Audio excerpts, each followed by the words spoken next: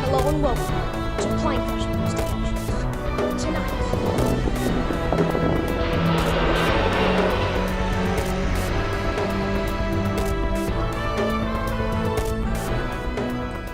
Tonight, we'll be experiencing one of the biggest plane mysteries. A Boeing 767-300 with the flight number of EF666. Destination, Glasgow. Crash landed on an unknown island. Let's unfold this mystery.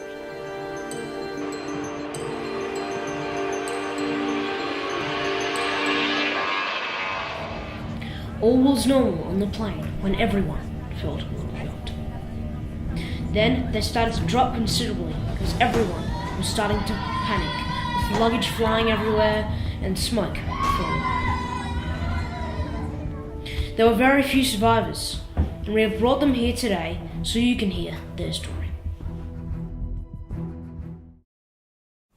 Well, I was a person on a routine flight from Quebec to Glasgow. I was being my normal helpful self, helping the passengers and doing the safety demo. In the event of an emergency landing on water, there will be life vests under your seat. So put it on, slip it over your head and pass the tapes around your waist. Tie the tapes in a double bow at the sides to inflate by pulling on the red strings at the front or by blowing into the tubes at the front. Well, you see, I was returning to my mansion home in Peterborough via Glasgow for my holiday in Quebec, Canada. It's always good to brush up on your French, you know. Anyway, the first class attendant, who was extremely annoying, was just asking me if I wanted any nuts. And I was in the middle of explaining the crucial difference between walnuts and peanuts when the plane began to shake. Nuts! Eat nuts! I see you're mentally challenged. There are some walnuts on this plate. Can I have a few of those? Peanut! Peanut? Peanut! I swear, this walnut must be the size of your brain. Well, then I woke up in a cloud of smoke, which is very unhealthy for the skin, and now I'm here. So really, regardless of how bad my skin looks, and the fact that I was forced to eat peanuts, I'm lucky to be alive. We've been given exclusive access to the aeroplane crash court proceedings. What will happen next? Will we find out who would be deemed guilty, or will we never find out who was responsible for all those deaths? Well, I mean, if you ask me, that crazy air steward was definitely the one who caused the crash. Thank you, Miss Gray. You may step down. Next witness.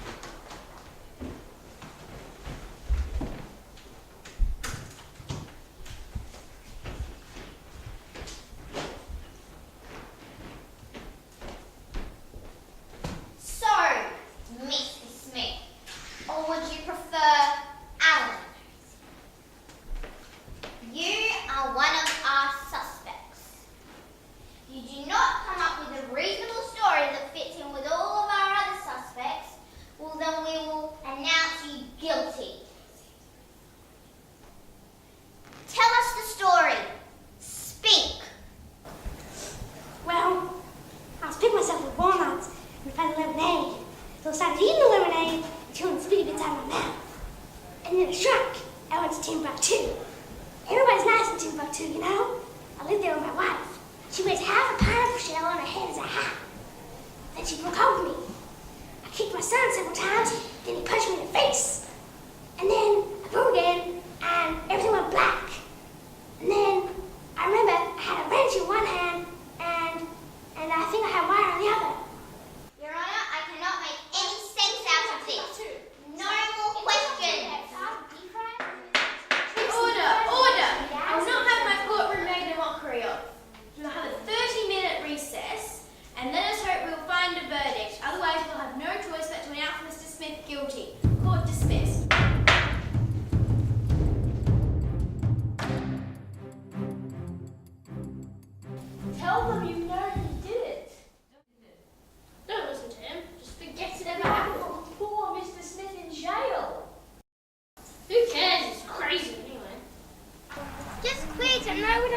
do?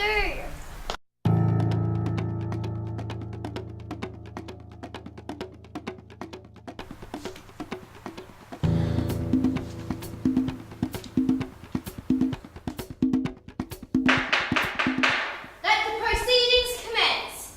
Next witness. Next witness. If the next witness does not show, we will have no hesitation in finding Mr. Smith guilty of terrorism. Objection, Your Honour. Because I'm the one who caused the crash of video 666. Objection, Your Honour. It was Mr. Preston who caused the crash. Well, thank you, Investigator Jasmine, but we already know you are a little late. Now, Mr. Preston, please explain to the court what happened on that fateful day. Well, it happened like this.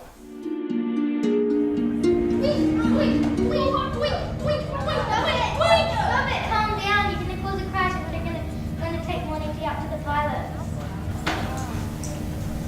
I would like a drink. Alright. Would you stop mucking around? We're trying to fly a plane. After the proceedings and the verdict, the sentence was handed down. Chester Preston will be spending the rest of his life in prison. I'm James Martin, and join us next week on Plane Crash Investigations. Thank you.